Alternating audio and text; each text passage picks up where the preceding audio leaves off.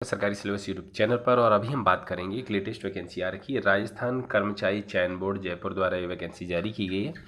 तो इस वैकेंसी में कौन कौन बच्चे फॉर्म भर सकते हैं, नहीं भर सकते, इसके बारे में सारी जानकारी करेंगे। ऑल इंडिया की भर्ती है, सारे बच्चे अप्लाई कर सकते हैं। तो चलिए शुरुआत करते हैं। ठीक है, आगे बढ़ने की श्रृंखला में एक एक चीज़ बड़े ही अच्छे ढंग से हम यहाँ देखने वाले। तो सबसे पहले आप यहाँ से चेकआउट ये कर लो कि आपकी टोटल रिक्तियाँ कितनी हैं। आप यहाँ से देखेंगे तो टोटल रिक्तियाँ हैं 335। ठीक है, पद का नाम आप यहाँ से चेक सकते हैं, छात्रावास अधीक्षक ग्रेड 2।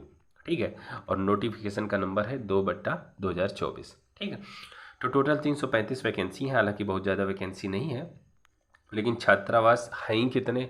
अब छात्रावास ही कम होते हैं तो अधीक्षक जाहिर सी बात है, कॉमन सी बात है कि कम ही होंगे। ठीक है, वैकेंसियों का बंटवारा कुछ इस तरह है कि गैर अनुसूचित क्षेत्र, ठीक है, इसमें 314, इसमें हर कोई अप्लाई कर सकता है। बट ये जो अनुसूचित क्षेत्र की भर्ती है, इसमें सिर्फ अनुसूचित क्षेत्र के बच्चे ही अप्लाई कर सकते हैं। अब आप ये सोच रहे होंगे कि कौन से गैर अनुसूचित क्षेत्र है, कौन से अनुसूचित क्षेत्र, आप गूगल कर लो या राजस्थान की वेबसाइट में जाकर आप चेकआउट भी कर सकते हो, आपको पता चल जाएगा। ठीक है, टोटल वैकेंसी 335। लेकिन इसके बाद एक सबसे महत्वपूर्ण कड़ी आती है, जो हो सकता है बच्चे ध्यान न दें। अभ्यर्थियों हेतु विशेष निर्देश। निर्देश ये है कि बच्चों को सीईटी, जो राजस्थान में एक कॉमन एलिजिबिलिटी टेस्ट होता है, सीईटी के नाम से इसे जाना जाता है, या सामान्य भाषा में लोग इसे समान पात्रता परीक्षा भी के नाम से बोलते हैं, कॉमन बोलचाल की भाषा में। ठीक है, तो आपको समान पात्रता परीक्षा उत्तीर्ण होना चाहिए। ठीक है, तो इसमें क्या है कि इसमें कोई परसेंटेज इन्होंने डिसाइड नहीं किया कि समान पात्रता परीक्षा में किसी के 60% या 50% या 40% ऐसे बच्चे फॉर्म भरें।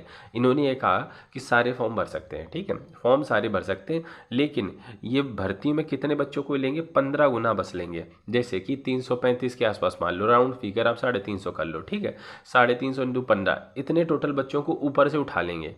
तो अब इसमें बहुत ज़्यादा चांसेस हैं कि 40%, 50% या 60% वाले बच्चों का नंबर ही ना लग पाए, क्योंकि वैकेंसियाँ कम है और सिर्फ ऊपर से उठा ले रहे हैं बच्चे। मतलब जिसके 90% या 80% या 70% या इस हिसाब से ऊपर से ले रहे हैं। अगर ये परसेंटेज फिक्स कर देते हैं, हाँ भाई 40% वालों को हम ले लेंगे, तो 40% के ऊपर सब दे देते एग्ज़ाम। अब यहाँ क्या है कि ऊपर से बस 15 गुना बच्चों को ही लेंगे और उनका रिटर्न एग्जाम कराएंगे। तो थोड़ा सा यहाँ से चालबाजी इनकी दिख रही है। ठीक है, आगे देख लेते हैं। तो ये आप चीज़ ध्यान रख सकते हैं, क्योंकि वैकेंसियाँ कम है, शायद इन्होंने इसलिए ऐसा किया हो। तो आपके पास में सीईटी का सर्टिफिकेट होना चाहिए। ठीक है, तो ये सबसे इम्पॉर्टेंट चीज़ है, ये अति इम्पॉर्टेंट है। ठीक है, अगर आप दूसरे राज्य के हो तो भी सीईटी जो राजस्थान में होता है, कॉमन एलिजिबिलिटी टेस्ट, ग्रेजुएशन स्तर का, ये भी ध्यान रखिए कि स्नातक स्तर का आपके पास में होना चाहिए। ठीक है, तभी आप इसमें फॉर्म भर पाएंगे। ये देखिए यहाँ पर लिखा है स्नातक स्तर की परीक्षा। आगे देख लेते हैं, सारी चीज़ों को अच्छे से देखते चलते हैं। ये बहुत ही इंपॉर्टेंट चीज़ थी, कई बच्चे इसको मिस कर देते हैं। ये ऑफिशियल वेबसाइट है, जाके अपना फॉर्म वगैरह भर सकते हो। ये हम नहीं बताएंगे किस तरह आपको फॉर्म भरने नहीं भरने हैं, क्योंकि आप बहुत सारे फॉर्म भरते रहते हो, तो आपको ये चीज़ जो है ना पता रहती है। अब आप वैकेंसियों का बंटवारा किस तरह से है कि SC ST OBC में क्या वैकेंसियाँ बटी हुई, तो आप वीडियो को पॉज करके यहाँ से चेकआउट कर सकते हो। ठीक है, ये देखिए कुल वैकेंसी जो है गैर अनुसूचित क्षेत्र के लिए, सामान्य के लिए कुछ इस तरफ है। ठीक है, 102 है, सामान्य महिला के 29 है, और विधवा के लिए 12 वैकेंसी। अनुसूचित जाति, अनुसूचित जनजाति, अन्य पिछड़ा वर्ग, अति पिछड़ा वर्ग, इकोनॉमी वीकर सेक्शन, ठीक है, 12 जिला की शहरिया जनजाति। तो इस तरह वैकेंसियों का बंटवारा है। वीडियो को पॉज करके बड़े ही आराम से आप देखो। ठीक है, क्षैतिज आरक्षण भी आप यहाँ देख सकते हो। जैसे फिजिकली हैंडीकैप्ड होते हैं, भूतपूर्व सैनिक होते हैं और खिलाड़ी होते हैं, उनके लिए डायरेक्ट क्षैतिज आरक्षण से बोलते हो। जैसे दिव्यांगजनों के लिए ये है। ठीक है, और भूतपूर्व सैनिकों के लिए आप यहाँ से देख सकते हो जनरल, SC ST सब कैटेगरी वाइज। और ये खिलाड़ी जो प्लेयर है, राजस्थान में तो कई सारे लोग प्लेयर होते हैं, तो उत्कृष्ट खिलाड़ी के लिए 6 सीटें। सेम ऐसी अनुसूचित क्षेत्र के लिए भी है। मैं वीडियो को यहाँ पर आप पॉज करके आसानी से आप देख लो। ठीक है, आगे देखने की श्रृंखला में और आगे बढ़ते हैं और आगे बढ़ते हैं और आगे बढ़ते हैं। भूतपूर्व सैनिकों के लिए, अगर भूतपूर्व सैनिक हैं तो वो लोग भी इसमें अप्लाई कर सकते हैं। ठीक है, आगे बढ़ने की श्रृंखला में और मैं देखता हूँ, फिजिकली हैंडीकैप्ड बच्चे भी इसमें फॉर्म भर पा रहे हैं। वेतनमान यहाँ से आप देख सकते हैं। तो वेतनमान ये लोग दे रहे हैं कि आपको जो है ना 5वां पे लेवल वेतन आपको दिया जाएगा। आप यहाँ से चेकआउट करो तो 5वां पे लेवल वेतन, लेकिन जब आपकी ट्रेनिंग रहेगी, ठीक है, उस अवधि के दौरान नहीं देंगे। तो ये अवधि जनरली 2 साल की रहती है। ठीक है, तो जनरली 2 साल में ये लोग फिक्स आपको पैसा देते हैं। वो पैसा रहता है 18,600 रुपये। ठीक है, 18,600 रुपये प्रति महीने आपको देते हैं। जब आपकी 2 साल की परीक्षा ख़त्म हो जाती है, ट्रेनिंग जिसे बोलते हैं, वो ख़त्म हो जाती है, तो परमानेंट आप जब हो जाते हो तब आपको जो है ना, जो आपका बेसिक पे मूल वेतन रहता है वो अब मैं यहाँ से बता देता हूँ। आपका मूल वेतन रहता है 20,800 रुपये, ठीक है। तो मूल वेतन, इसके अलावा जो भत्ते लगते हैं, डीए वगैरह लगता है, तो करीब इसका डबल हो जाता है।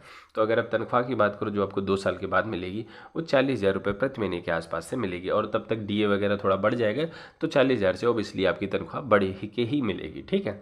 डीए ये बढ़ जाएगा, अभी आप फॉर्म भरोगे, फिर होगा कम से कम 3 साल मान के चलो, तो 3 साल बाद आपका डीए काफ़ी बढ़ जाएगा, तो आपकी पेमेंट भी 45,000 के आसपास तक पहुंच जाएगी। और 20,800 ये आज की डेट का है, हो सकता है बेसिक पे तब और अमेंड कर दिया जाए।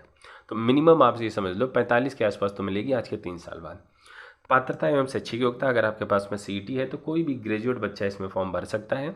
ग्रेजुएशन हो, किसी से भी हो, कोई फ़र्क नहीं पड़ रहा है, ठीक है। आगे बढ़ते हैं। अन्य योग्यताओं के बारे में हम चर्चा नहीं करेंगे। आप स्वस्थ होने चाहिए, भारत के नागरिक होना चाहिए, ठीक है। आयु की बारी देख लेते हैं, आयु काफ़ी ज़रूरी है। तो 21 से 40 साल तक का कोई भी लड़का या लड़की इसमें फॉर्म भर सकता है, ठीक है। 21 से 40 साल, ये चीज़ आप ध्यान रखिएगा, ठीक है।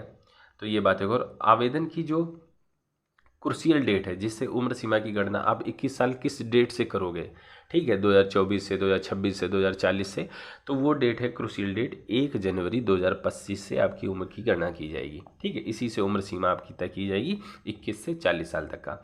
अब कुछ लोगों को छूट मिलती है, जैसे कि SC/ST वालों को 5 साल की छूट रहती है, ठीक है।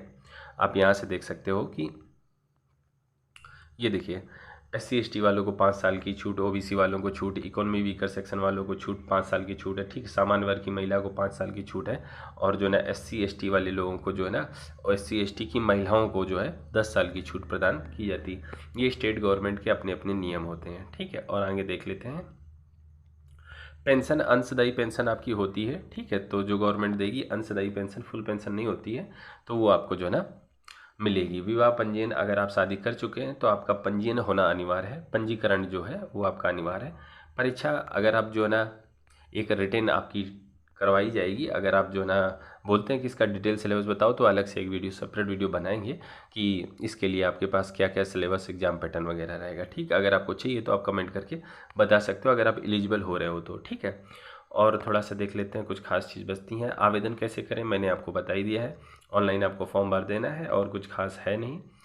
तो उम्मीद करता हूँ कि आपको सारी चीज़ें पता चल गई होंगी। अगर कुछ और जानना पूछना चाहते हो तो हमें कमेंट कर सकते हो, ठीक है। और अगर फॉर्म भरने में कोई दिक्कत आ रही है तो भी आप वेबसाइट पर जाकर कांटेक्ट कर सकते हो, या फिर आप यहाँ से चेकआउट करो एक चीज़ कि आपका ये कांटेक्ट नंबर है, यहाँ से आप जो है ना संपर्क भी कर सकते हो अगर आपको कोई दिक्कत आ रही है, फॉर्म भरने से वगैरह रिलेटेड आपको कोई दिक्कत होती है, ठीक है। तो इस वीडियो में बस मैं इतना ही रखना चाहूँगा। हम आपसे मिलते हैं बेजल्द अगली वीडियो में, तब तक के लिए वंदे मातरम।